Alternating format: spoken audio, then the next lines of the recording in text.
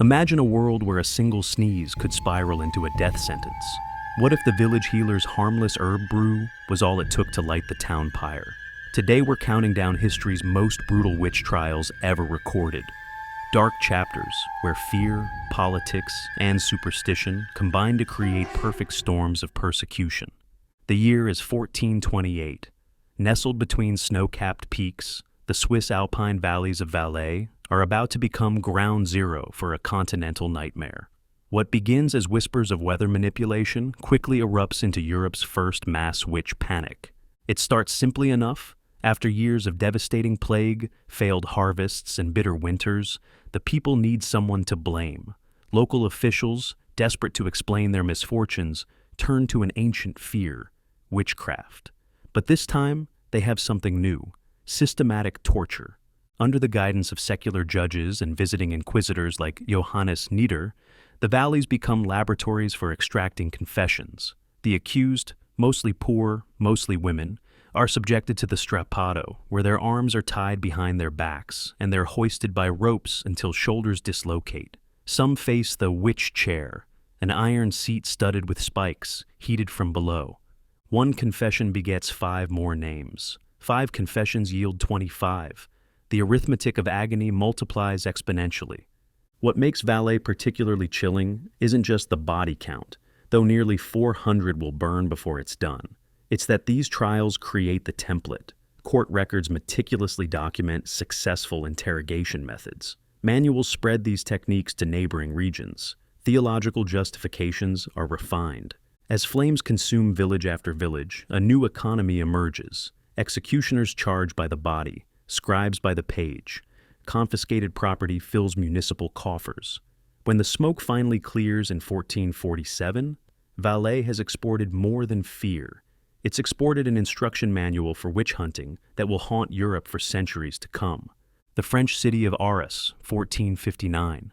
Its streets buzz with commerce, its cathedral towers over prosperous markets, and beneath it all lurks a terror about to tear society apart. What begins as a political attack against a single merchant spirals outward like a poison. Under torture, the accused confesses to attending a Vauderie, a demonic sabbat where witches fly on grease sticks, kiss the hindquarters of a black goat, and engage in unspeakable orgies. The confession mentions names, important names. Soon, the unthinkable happens. Wealthy burghers, guild masters, and even nobility find themselves chained in the same dungeons as beggars and prostitutes. The Vauderie d'Arras becomes the first witch panic to ignore class boundaries entirely. The torture is exquisite in its cruelty. The Inquisition chair, a wooden throne with strategically placed spikes, is just the beginning. Some victims endure the water cure, where gallons are forced down their throats until their stomachs distend like drums. What makes Arras unique? The stunning reversal. In 1461, the Parliament of Paris finally intervenes, annulling all confessions and condemning the proceedings. But for 34 people already executed, justice comes far too late. Their ashes had long since blown across the fields of Artois, a grim preview of what happens when fear and political ambition collide. A summer day in 1562. Dark clouds gather over the vineyards of Wiesensteig, a prosperous wine-producing town in southwestern Germany. When hail destroys the season's crop, Count Ulrich von Helfenstein doesn't blame bad weather. He blames witches. Within months, 63 women burn at the stake in a town of barely 600 souls. 1/10 of the population gone. But why this explosive reaction to a single storm? The answer lies in economics disguised as righteousness. Count Ulrich had recently converted to Catholicism in a largely Protestant region. He needed to prove his religious zeal. More practically, he needed money, and witch trials provided both. Using the recently codified Carolina Law Code, which made maleficium, harmful magic, a capital offense, Ulrich's court operated with mechanical efficiency.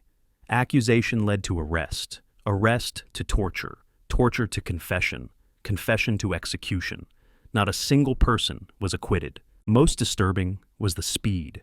Where other trials might take months, Wiesensteig's victims often went from free citizens to smoldering corpses within a week. Some were tortured, tried, and executed on the same day. As smoke rose from Wiesensteig's market square, neighboring towns took notice. Within months, copycat trials erupted across Swabia. The hailstorm that had destroyed one wine harvest had seeded clouds of suspicion that would rain death across Germany for generations to come. Imagine ruling a city and deciding to burn one out of every 10 citizens. This wasn't fiction in Trier between 1581 and 1593. It was administrative policy. Prince Bishop Johann von Schöneberg had a vision: purify Trier of witchcraft and restore its glory. What followed was less spiritual renewal than systematic slaughter. Victims range from beggars to town councillors, from midwives to judges. Yes, judges. When two magistrates questioned the evidence in certain cases, they quickly found themselves accused. Their execution sent an unmistakable message: hesitation equals complicity. Trier developed industrial-scale witch-hunting infrastructure. Special witch houses were constructed, prisons designed specifically for those accused of sorcery. Professional witch-finders earned bounties for each arrest. Executioners worked in shifts to keep the pyres burning. The financial impact was devastating, with prominent citizens executed, their property confiscated, and survivors fleeing. Entire villages around Trier were abandoned. Vineyards, the economic lifeblood of the region, went untended. Tax revenues collapsed. By the time the hunts finally exhausted themselves, over 1,000 people had been executed, the highest per capita death toll of any major European city. When Archbishop Johann died in 1599, he left behind a purified diocese in one sense only. It was largely empty. What makes Trier's case so chilling is how bureaucratic it became. This wasn't mob violence, but methodical extermination, complete with paperwork, procedures, and productivity goals. A dark preview of horrors Europe would perfect centuries later. The North Sea churns beneath a royal ship in 1589. Aboard, King James VI of Scotland and his new Danish bride fight for their lives as waves threaten to swallow them whole. They survive, but the king becomes convinced. This was no natural tempest. This was witchcraft. What follows is perhaps history's only witch hunt, personally supervised by a reigning monarch. When a servant girl named Gillis Duncan is caught performing mysterious healing rituals, she's tortured until she confesses to raising the storms with dozens of accomplices. The most famous suspect? Agnes Sampson, a respected midwife who endures the witch's bridle, an iron muzzle with 4 sharp prongs forced into the mouth, before being brought before the king himself. Legend says that during her interrogation, Agnes whispered to James the exact words spoken between him and his queen on their wedding night. The king, shaken to his core, declares, "I had thought these things but fantasies, but now I know they are true." His conviction becomes obsession. James personally attends interrogations, even suggesting new torture methods. He later publishes Demonology, a witch-hunting manual that will cross oceans and inspire generations of persecutors. By 1592, more than 70 people have been strangled and burned. But the deeper impact is in Scotland's Kirk sessions, where witch-finding becomes a way to demonstrate religious zeal and political loyalty. The North Berwick trials show how even the most educated men of their time, James was considered an intellectual king, could become consumed by supernatural fear.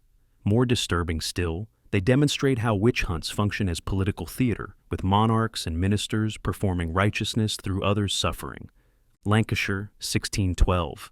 2 elderly women, known locally as Old Demdike and Old Chadhocks, have spent decades selling herbal remedies, minor charms, and the occasional curse. They're competitors in the local magic trade, and they hate each other with a passion. When a peddler falls ill after refusing Demdike's granddaughter alms, accusations of witchcraft erupt. What makes the Pendle case unique isn't just the family feud that fuels it, but how thoroughly it's documented. Court clerk Thomas Potts records every lurid detail for a best-selling book that shapes English witch lore for centuries. The infamous Malkin Tower meeting becomes the centerpiece, a supposed gathering where the Demdike and Chaddox clans allegedly plotted to blow up Lancaster Castle. The star witness, 9-year-old Janet Device, testifying against her own mother, grandmother, and siblings. The child's testimony proves devastating.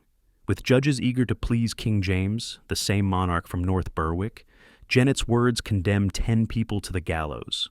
Among the executed is Alice Nutter, a gentlewoman whose involvement remains mysterious to this day. Pendle's legacy extends far beyond the 12 who stood trial. Potts's sensationalized account creates the enduring English image of the witch, the quarrelsome old woman with her familiar spirit, her minor magics escalating to murder.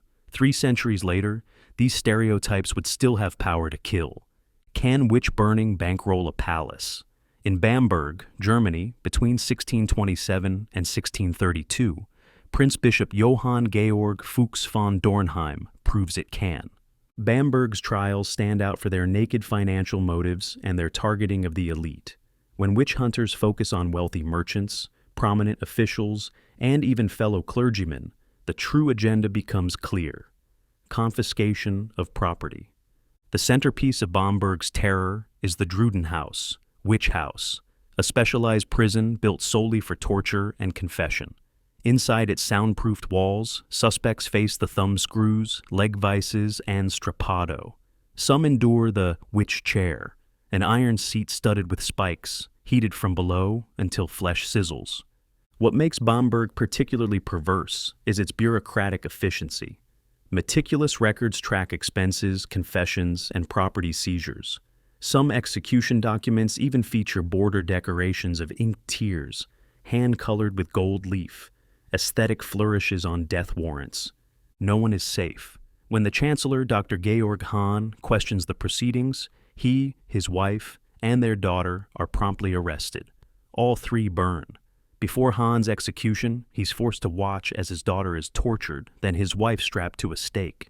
By the time imperial authorities finally intervene in 1632, more than 600 citizens have burned, their combined wealth financing von Dornheim's new palace and other architectural vanities. The bishop dies before facing justice, leaving behind pristine ledgers and an administration that turned mass murder into a profitable civic enterprise. Northern Sweden, winter 1675. Beneath the aurora borealis, 71 people, almost all women, kneel in the snow of Haxberget, Witch's Hill. One by one, they bow their heads to a sword before their bodies are thrown onto pyres. It is the largest mass execution in Scandinavian history. How did a remote Swedish parish reach this breaking point?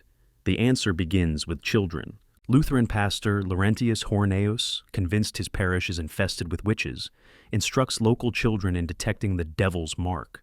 Soon, these children claim special sight. They can see witch marks, and even watch as hundreds of women fly nightly to Blåkulla, Blue Mountain, where they feast with Satan.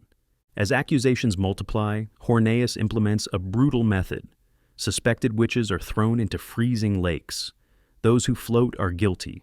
Those who sink are innocent, though often drowned before they can be rescued. Survivors face the witch's chair, or worse. What distinguishes Torsåker is its methodical approach to execution. On a single day, June 15, 1676, 71 people, including men, are beheaded with a specialized guillotine-style sword before being burned. The condemned represent almost a fifth of the adult women in the area. Most heartbreaking is how family bonds shatter. Daughters testify against mothers, husbands against wives. When the smoke finally clears, entire family lines have been erased from parish records. The scale of Torsåker's bloodshed shocks even witch-hunting Sweden. Within months, the National Witch Commission is dissolved. The Great Noise, as it comes to be called, falls silent. But the demographic wound in northern Sweden takes generations to heal. Massachusetts Bay Colony, January 1692.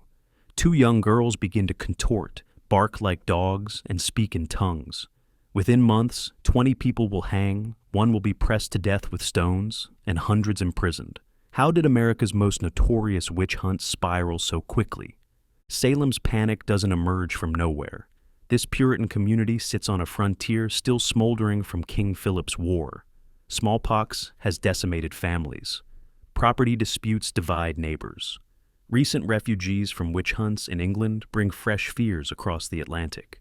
When Betty Paris and Abigail Williams begin having fits, local physician William Griggs offers his diagnosis: The evil hand is upon them. Soon, other girls join their ranks, pointing accusing fingers at marginalized community members. First, a Caribbean slave named Tituba, then homeless beggar Sarah Good, then elderly Sarah Osborne. What makes Salem unique is its legal innovation, spectral evidence. If a victim claims to see a specter resembling the accused tormenting them, this testimony becomes admissible evidence. Effectively, dreams and visions become proof of guilt. As the special court of Oyer and Terminer forms, even respected community members fall under suspicion. When former Minister George Burroughs recites the Lord's Prayer perfectly during his execution, something witches supposedly cannot do, momentary doubt ripples through the crowd. Cotton Mather, watching from horseback, quickly reassures them. The devil has often been transformed into an angel of light. By October, when Governor Phipps finally dissolves the court, the damage is done.